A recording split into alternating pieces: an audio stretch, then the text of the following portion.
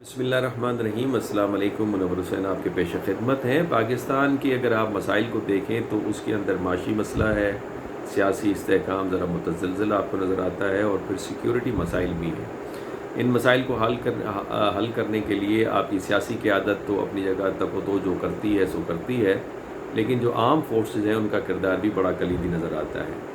इस हवाले से अगर आप आर्मी चीफ़ के दौरा ईरान को देखें सैयद आसिम मुनीर साहब का, तो वो काफ़ी अहमियत का हामिल था। उसके बाद अफ़गानिस्तान में ख़ुसूसी नुमाइंदा एम्बेसडर आसिफ दुरानी साहब को भेजना, उसके बाद मिनरल्स की यहाँ पे कॉन्फ्रेंस को ऑर्गेनाइज़ करना और बड़ा सक्सेसफुल बनाना और इन्वेस्टमेंट के प्रॉमिसेस एंड प्लेजेस लेना, और उसके बाद दहशतगर्दों के ख़िलाफ़ पाकिस्तान में कार्रवाइयाँ करना। माजी में भी काफ़ी कामयाबियाँ हासिल हुई इस हवाले से।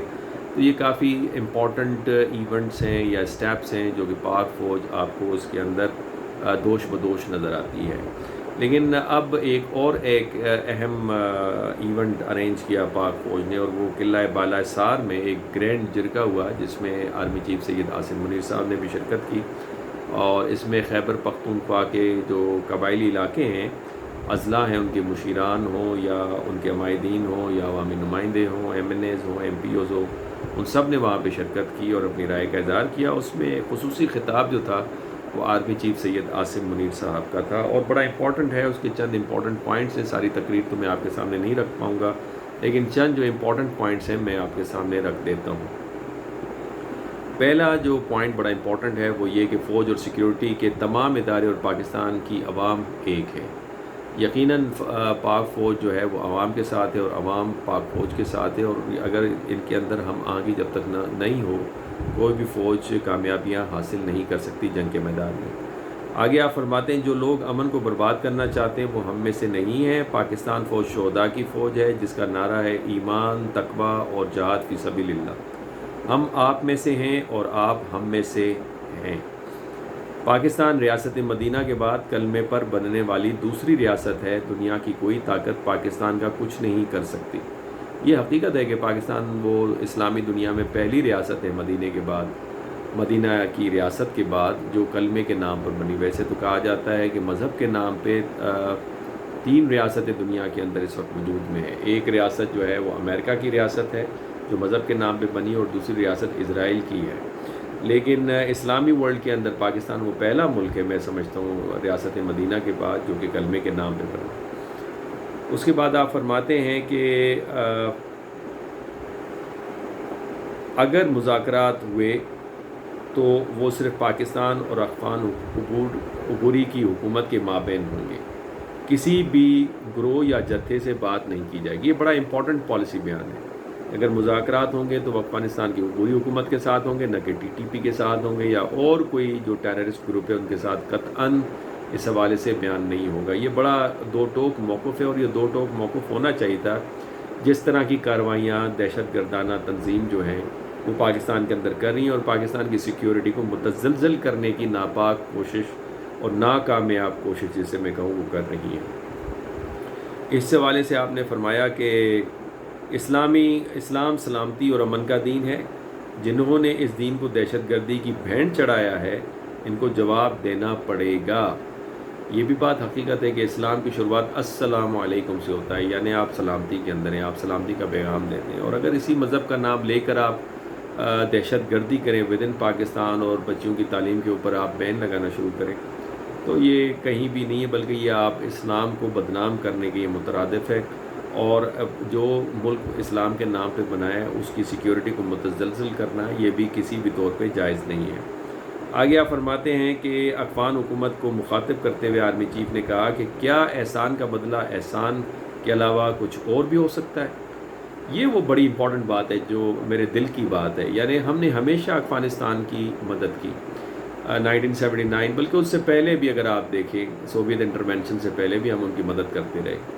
बाद में भी अगर आप गौर करें तो उनके 3 मिलियन अफ़गानियों को यहाँ पे पनाह देना, उनकी तालीम, हमारी इकॉनमी पे बर्डन था, उसकी वजह से हमारी सोसाइटी कितनी ख़राब हुई इस हवाले से clash of culture, heroine culture और वायलेंस हमारी सोसाइटी के अंदर आया। फिर हमारा पासपोर्ट उन्होंने इस्तेमाल किया दुनिया में जाकर और पाकिस्तान की किसी हद तक उन्होंने बदनामी में एक अहम किरदार अदा किया। तो मैं समझता हूँ ہمیشہ ہم نے ان کی مدد کی ہے، تو کیا جو ہمارا احسان ہے اس احسان کا بدلہ یہ ہے کہ آپ ان دہشت گردانہ تنظیموں کو اپنے ہاں پناہ دیں اور ان کے خلاف آپ کوئی کارروائی نہ کریں، اور پھر آپ کہیں کہ ان سے صرف آپ مذاکرات کریں؟ ان سے کیوں کر ہم مذاکرات کریں؟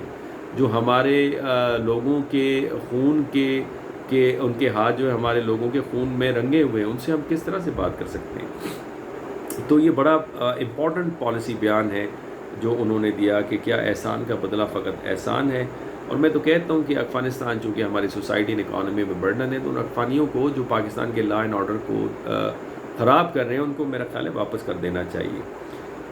اس کے علاوہ آپ فرماتے ہیں کہ پاکستان کے آئین میں حاکمیت صرف اللہ کی ذات کی ہے، یہ خوارج کون سی شریعت لانا چاہتے ہیں؟ حقیقت ہے کہ یہ وہ ان کا ایکٹ اسی طرح سے ہے جس طرح خوارج کا ایکٹ تھا جو اس وقت کی حکومت کے خلاف کارروائیاں کرتے تھے۔ میں اور میری بہادر فوج دہشت گردی کے جنگ میں خون کے آخری قطرے تک لڑیں گے۔ دہشت گردوں کے پاس ریاست کے سامنے سر تسلیم کرنے کے علاوہ اور کوئی راستہ نہیں۔ ہم اللہ کے راستے میں جہاد کر رہے ہیں اور کامیابی ہماری ہی ہوگی۔ پاک فوج کا مقصد اور نصب العین شہید یا غازی ہے۔ کے پی پولیس ایک شاندار فورس ہے اور اس کی بے پناہ قربانیاں، یہ بھی بہت اچھا بیان ہے کہ جو کے پی کی جو پولیس فورس ہے انہوں نے بڑی قربانیاں دی ہیں، بڑی مہارت کا مظاہرہ کر رہے ہیں، نہ مساعد حالات کے اندر جس طرح سے انہوں نے دہشت گردی کا مقابلہ کیا ہے وہ قابل تحسین ہے، تو ان کو یہاں پہ شاباش دینا انتہائی ضروری تھا، جو کہ آرمی چیف سید عاصم منیر صاحب نے یہ کیا بھی ہے۔ آگے پھر آپ نے ریوارڈ کی بھی وہاں پہ بات کی ہے کہ کے پی پولیس ایک شاندار فورس ہے اور اس کی بے پناہ قربانیاں ہیں۔ حکومت پاکستان کی منظوری کے بعد قبائل کے انضمام کے مسائل کے حل کے لیے ایک سیکریٹریٹ قائم کیا جائے گا۔ یہی لوکل باڈی گورنمنٹ کا کام ہے کہ لوکل پرابلمز لوکل ہی لیول کے اوپر حل کرنا چاہیے، نہ کہ وہاں پہ کیپٹل میں اس کے لیے آنا پڑے۔